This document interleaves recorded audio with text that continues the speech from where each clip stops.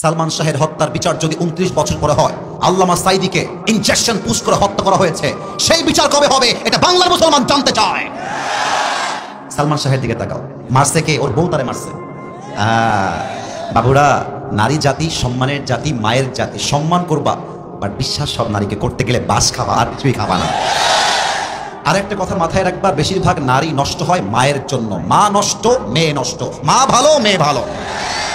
যত মেয়ে নষ্ট হয় দেখবা খবর নিয়ে ওর মাও নষ্টা, মেয়েও হয়েছে নষ্টা, ঠিক কিনা বলো?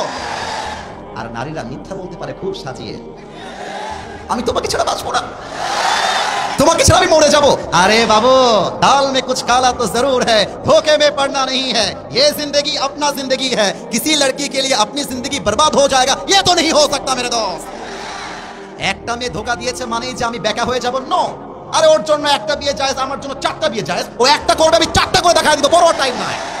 29 বছর পরে ইনভেস্টিগেশন করে আপনার সালমান শাহের খুনি বের করছেন, আর বাংলাদেশের কোরআনের উজ্জ্বল নক্ষত্র, কোরআনের পাখি আল্লামা সাইদিকে জেলখানায় ঢুকে 12টা বছর নির্যাতন করে শহীদ করা হয়েছে। এর বিচার কবে হবে? আমরা জবাব চাই বাগমারার ভাইরা, বলেন।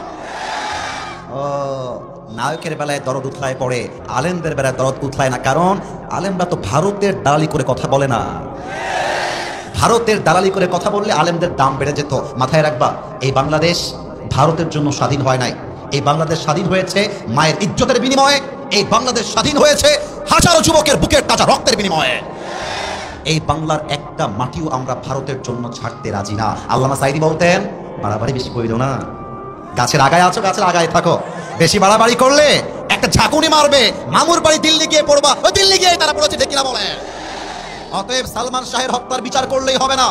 আমার এই বাংলার মাটিতে যত আলেমকে গুম করা হয়েছে, যত আলেমকে নির্বিচারে হত্যা করা হয়েছে, প্রত্যেকটা হত্যাকারীকে বাইতুল মুকাররমের সামনে দাঁড়িয়ে ফাঁসির কাস্টে ঝুলিয়ে হত্যার রায় পাশ করতে হবে। হাত তুলে বলো সবাই, ঠিক কিনা?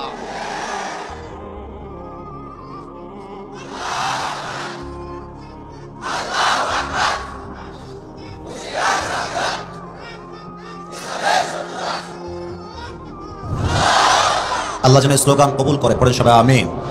আগামীর সংসদ আমরা কোরআনের সংসদ দেখতে চাই। ব্রিটিশ আইন চলবে না। এই বাংলাদেশে 90% বেশি মুসলমানরা রয়েছে, বলেন না ভাই, বলেন বলেন। তো যেই দেশের বাসিন্দা 90% বেশি, সেই দেশের আইন ব্রিটিশ আইন দিয়ে চলে কেমনে? আমরা তো বুকের তাজা রক্ত ব্রিটিশ আইনের জন্য দেই নাই, আমরা বুকের তাজা রক্ত দিয়েছি বাংলার মাটিতে ইনসাফ কায়েম করবার জন্য, বলেন।